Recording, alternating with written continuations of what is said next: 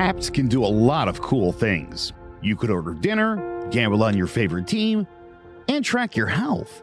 You could even get a mortgage. One click and you can be approved. I'm not sure by who or what country they're in. You deserve more from the mortgage industry. At AnyMac Home Mortgage, we believe in the need for live human interaction during a very complex process. The kind of service and guidance which an app simply can't provide. Our customers are more than credit scores and income documents. They're individuals and families who live in and strengthen our communities. Their story is our story, and that story begins in a home. Chris Sawyer is an expert on providing superior customer service and in meeting the mortgage needs of current and future homebuyers. With over 18 years of experience in the industry, Chris is able to help customers migrate through the home buying and home financing process by using his wealth of knowledge as a well-qualified mortgage professional. And best of all, Chris is located in Cromwell, Connecticut, where he has helped hundreds of clients in Connecticut, Massachusetts, and Rhode Island make their dreams of homeownership a reality. Visit chrissawyer.any-mac.com. Email him at csawyer@any-mac.com or give him a call, 860-878-8730. Chris Sawyer, NMLS number 39345, corporate NMLS number 338923. AnyMac Home Mortgage is an equal housing lender. American Neighborhood Mortgage Acceptance Company, LLC. DBA AnyMac Home Mortgage. Lo-Fi Direct. Connecticut First Mortgage Correspondent. License lender. Broker number ML 338923. Massachusetts Mortgage Lender and Mortgage Broker License number MC 338923. Rhode Island License Lender. License number 201128110L. Call for additional details. Hello, ladies and gentlemen. Welcome to Drawing About the G-Men, Giants Football Podcast. And we will get to the Giants. I'm Big Jace, joined by King Zay. But we got to start off talking about what happened, sadly, last night on Monday Night Football. Unable to continue the game due to Damar Hamlin getting injured, unresponsive, he suffered a cardiac arrest on the field, still in critical condition. They were trying to resuscitate him with CPR for 9 minutes on the field. It's just very, very rough.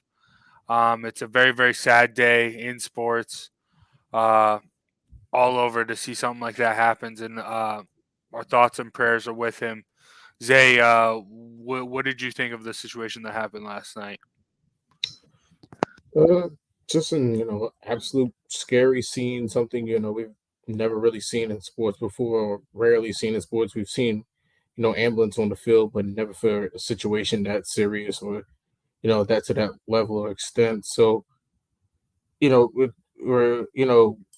all trying to process it and move on the best way we can, and eventually find our way back to sports. But what's most important right now is Damar Hamlin's health and getting him healthy and making sure he's out of critical condition and can just live again, not necessarily even worry about playing, but just being able to live again. I think that's going to be one of the keys with everyone moving forward. One of the important things we're going to be looking forward to. So yeah, it's just like you said, prayers to him and his family, and hope things start to get better within the coming time.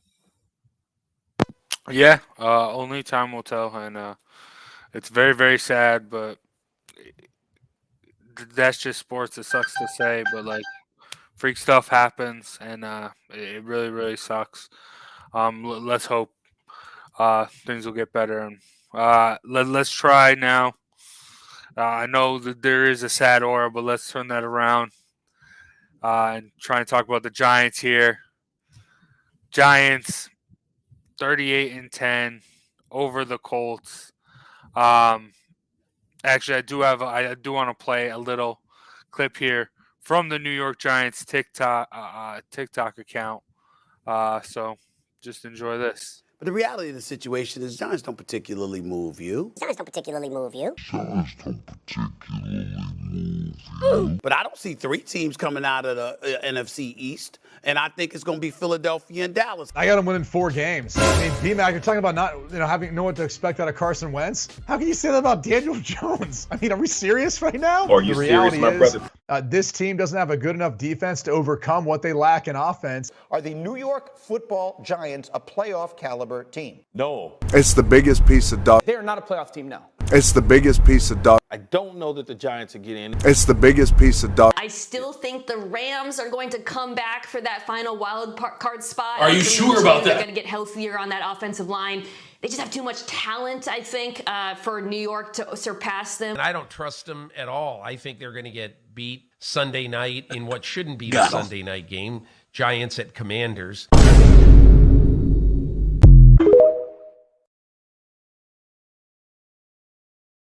There we go. Go check out the Giants TikTok account because that was great. Yeah, a lot of people counted the Giants out. I mean, it was rough there in the middle of the season.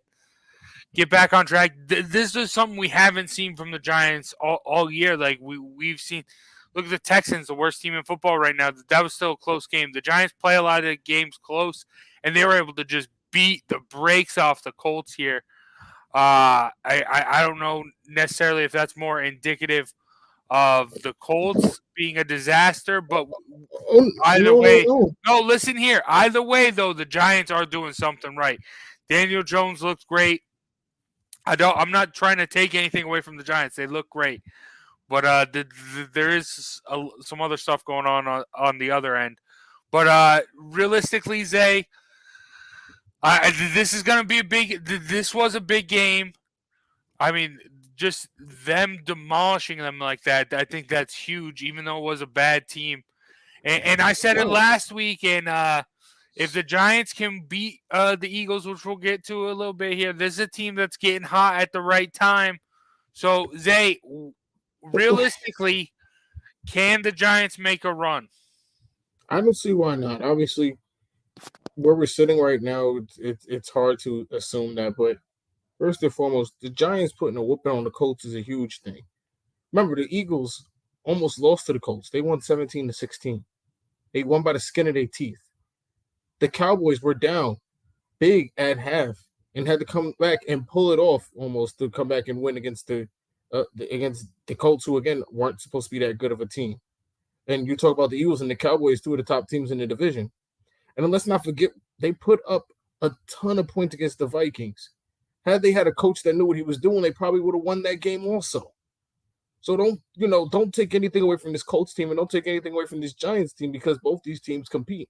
The record may not show it, but these guys go out there and they compete on both sides of the ball.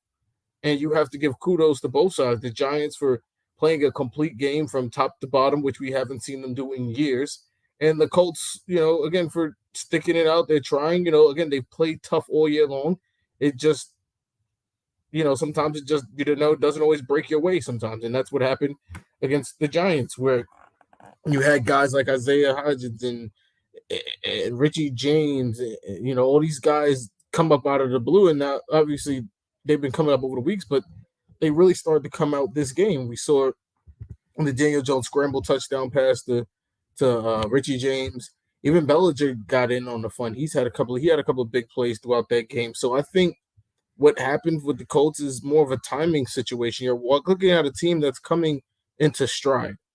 I said it before earlier in the year when we was talking about it. I said if the Giants don't start off strong, I think they'll finish strong because I think with Dable, they'll start to figure things out.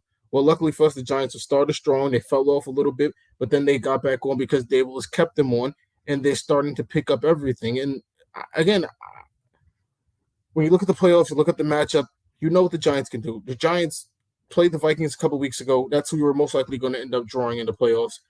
You played the Vikings a couple weeks ago. You played them tough. It came down to a 60-yard field goal to have to win the game in a stadium that, if it wasn't a dome, you probably don't win that at MetLife. You probably don't hit that 60-yarder. Who knows how that game goes, obviously, with all the conditions. You don't know.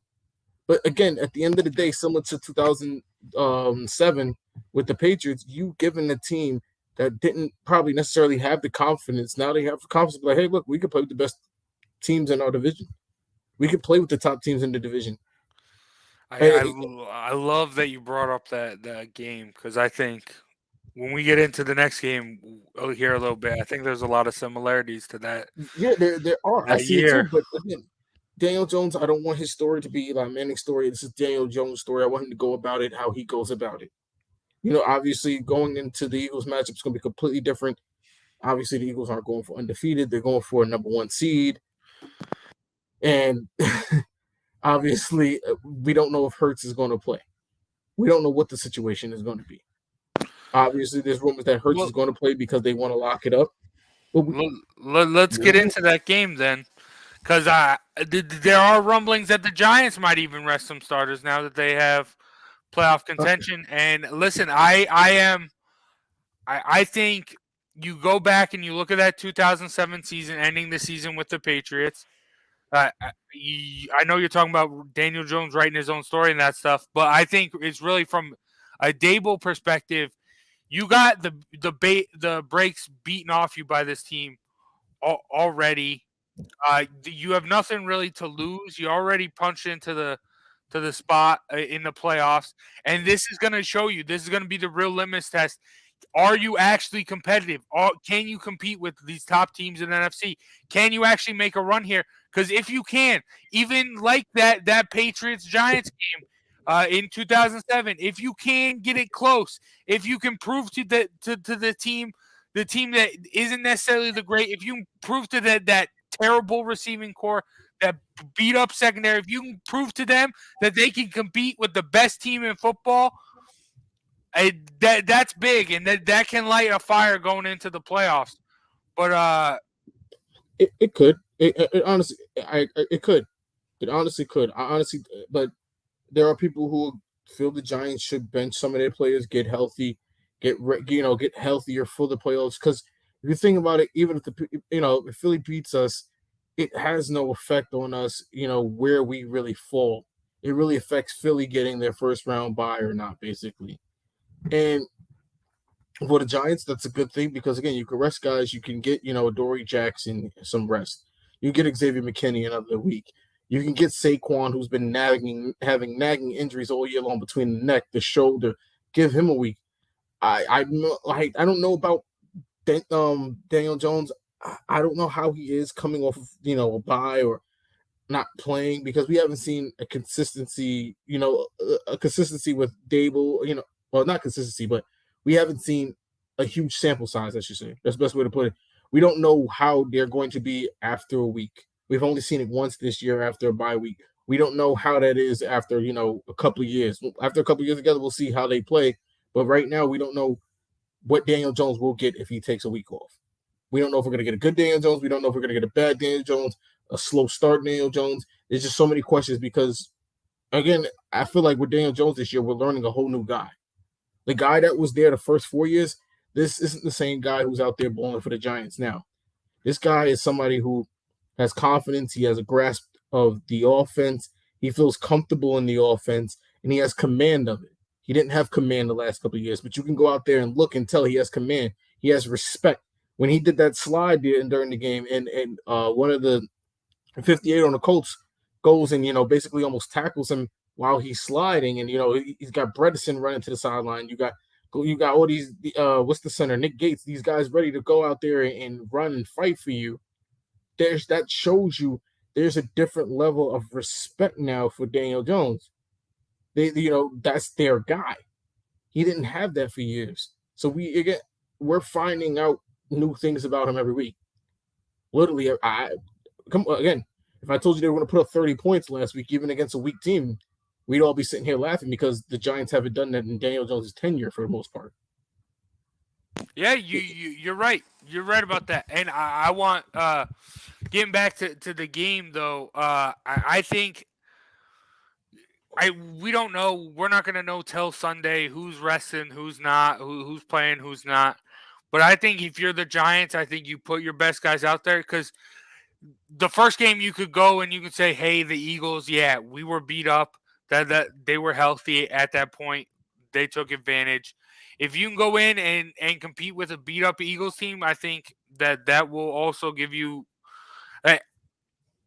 regardless, like realistically, we're not expecting anything when it comes to the playoffs. Really, like a wild card win would be great, but just being there as the Giants, especially in Dable's first year, probably going to get him Coach of the Year because of it. Like this is where I don't want to say it, but this is our Super Bowl right now, and we just need to see growth. We just need to see for this year. That's this about as year, drastic Zay? as the people. That's about as drastic as the people who wanted the Giants to tank earlier during that little losing streak and get a better draft pick and all that. Come on, people. Here's the thing.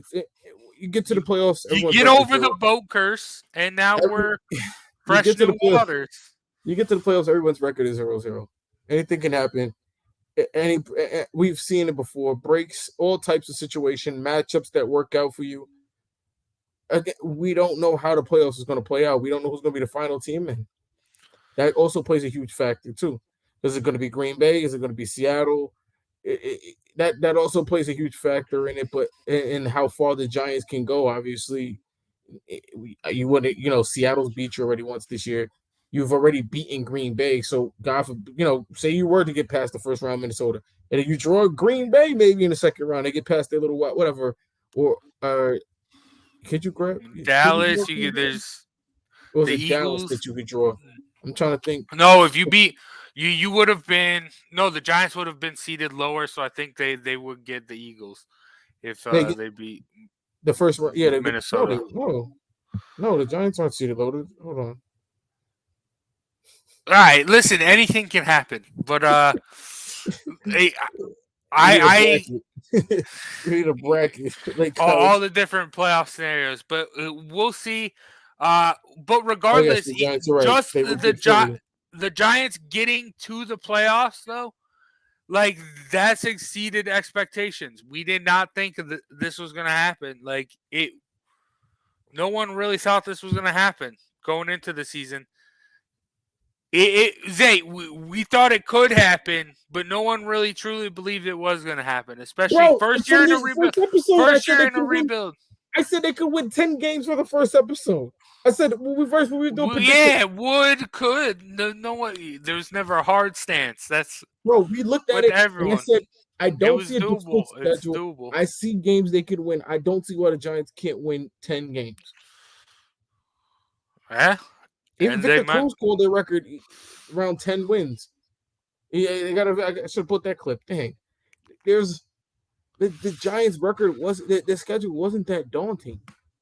And when you look around the league, there aren't that many quality teams, if I'm being honest. Yeah. If you look at the ESPN montage you played in the beginning, it's like ESPN almost brainwashes you to make you think that teams that aren't good are still good. The Rams weren't good this year. Well, I mean, yeah. I mean, even before losing Cooper Kupp, they weren't really that good this year. And Stafford too, but I mean, Green Bay is just coming into its own. They weren't playing really good football all year long. Seattle's been consistent. The teams that are in the playoffs for the NFC, for the most part, have been consistent all year long. Tampa Bay is a benefit of a product of their division. If they were in any other division, Tampa Bay probably would be. Yeah, but also, I mean, going back to that, I think Tampa Bay could be feisty. No, they definitely could. But anytime you have one of the greatest quarterbacks going at the right time, you get the greatest quarterbacks to play. But again, would they be in the playoffs in the NFC East? No. Would they be in the playoffs in the NFC West? Well, maybe. No. Maybe. No. NFC West. That's the rough. Record they carry right now. Would they be there? Maybe. I think they could with the record they carry. Yeah. Okay. I think they could. Did they click at the right time? Tom Brady in a playoff situation, yeah. In a regular season situation, maybe not.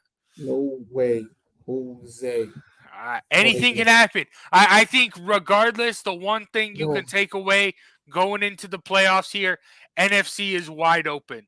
AFC, on the other hand, I think there's a couple teams. NFC, if you like the Packers, the Lions, the Seahawks. But that's what I'm saying. All these teams that are on the outside looking in are really dependent on this week to make it in, that might end up being out. They might be able to make a run. The Lions, that offense is good to make a little bit of a playoff run. I told you especially in that before NFC. when you told me they were bad. Yeah. Anything my can God. happen in the NFC. I literally said on the week we was going to play a couple weeks before to play the Giants, I said I'm more worried about the Lions and Redskins than I was Dallas because those teams are good. And y'all laughed at me on this show. Y'all laughed me off the show. I mean, And Dallas is good Hutchinson too. ain't that good. Yada yada yada. And now you come along. I'm happy. Dallas is good. I mean, Dallas is definitely over Detroit and the Commanders, brother. Bro. I hate to say it. It sucks Bro. to say, but they are. Bro, if I'm being real to you, I'm more worried about running into those teams.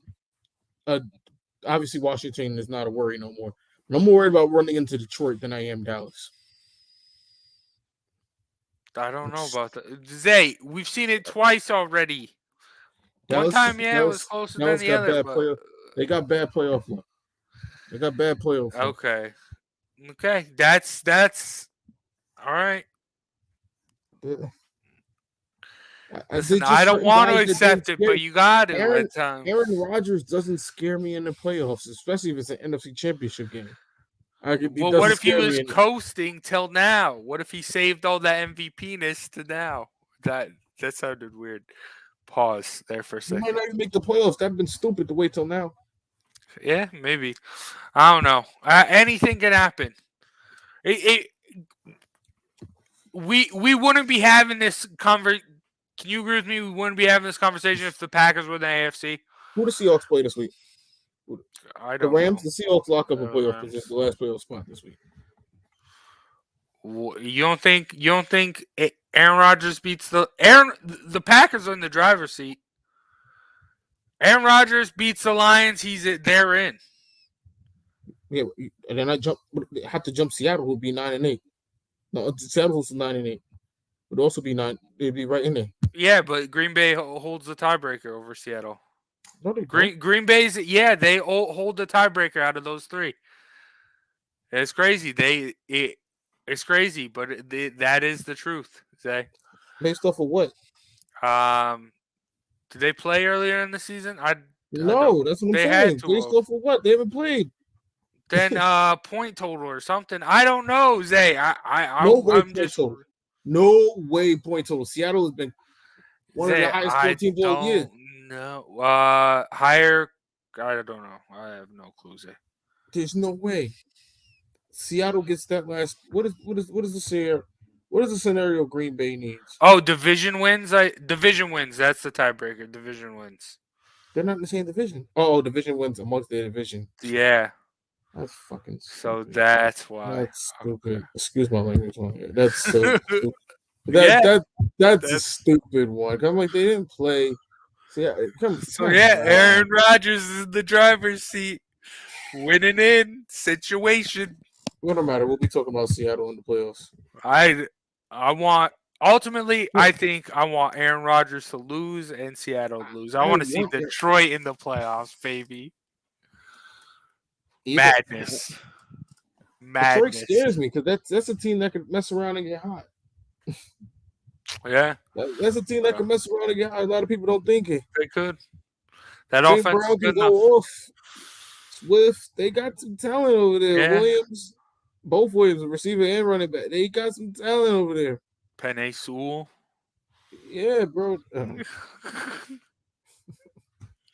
right. You know, I was thinking about how many couple years ago back I wanted Quentin Nelson for the Giants, and I wanted him so bad, and then I just watched Dexter Lawrence just destroy him. It's just like, Dexter. Yeah, Dexter Lawrence is this D line. They just needs a better secondary. I can't wait for the offseason. Offseason's going to be fun this year. How about let's finish this loss? This season has been fun. I don't want to rush this season. Let's continue it. I want them to go as far as possible, bro. I don't care. I don't care how other fan bases feel. We're in a rebuild mode. If the Giants go to the Super Bowl in a rebuild year, I don't care how your other fan bases feel. I don't. This is what we want. You can be as salty as you want. I don't care. And I hope they win as the underdog, and it makes you even more saltier, and it pisses all over your 2023, which has already been just a terrible year to start. But I don't care. This is what enjoy this. Let's enjoy the ride. Don't rush to the off season. March can wait. And I'm born. My birthday's in March, and I'm telling you, March can wait. March can wait. Let's see where we go here. Let's see where this goes. No, but Minnesota even doesn't scare me if we get Minnesota. And again, if the Eagles beat us next week and we have to face the Eagles in the playoffs, they're not beating us 3 times in one season. Zay, even if they win the Super Bowl, you don't think it'll be a fun offseason? I think regardless, for the Giants, it's going to be a fun offseason. I don't want to rush there. I want to get there. Once the Giants are out, we can rush there. I don't care after that. Once the Giants are out, we can rush there. But as long as they're still in it, let's go for it. I think they have a puncher's chance. Isn't that what y'all talk about on Low and Jabs? People having puncher's chance or something like that. I think the Giants have a puncher's chance, as y'all would put it. You're right. Puncher's chance, yeah. That's all they have. But they're moving in the right direction. You already have the front office coming out. They're already going to lock down DJ and Saquon for another year. Makes sense. And I'm excited to see where you build from this, because this is just the first step in the Joe Shane, Brian Daboll era, and they're already exceeding expectations. So that's going to be excited to see what's going on. I told y'all in the beginning, DJ is going to be our quarterback for a very long time, and y'all was like, no, it's not. He's here for a while. Get used to him. Well, I mean, this was the year. This was the year, Zay. This was the contract year. This was the year, like, you had to question it, and he's earned it. Like, I've talked to, like, he was under a microscope this year for a reason, and he surpassed it, especially after that last game. He was really, really They got rid of the incompetence around him. You put people who know what they're doing. Yeah. And if they can... Bro, I heard Dable gave him a fake script during the preseason, that had terrible plays, and that was supposed to set him up in terrible situations to see how mentally tough he was. And they gave Tyrod Taylor the good game plan and made him look better than DJ in the offseason just to see how mentally tough he was. If that was true, okay, we might have a completely different DJ out there than what I'm telling people. People sleeping on this man. He looks locked in like I've never seen. The falling throw he had, the decision making, the run for the touchdowns, he looks locked in. Bro, I'm telling you now. Yeah. Now, all we need now from him is, I think the next step for him, be locked in for a whole season. Granted, he did do very well this whole season. He had 8 turnovers this year? And get him people around him. Get him people around him.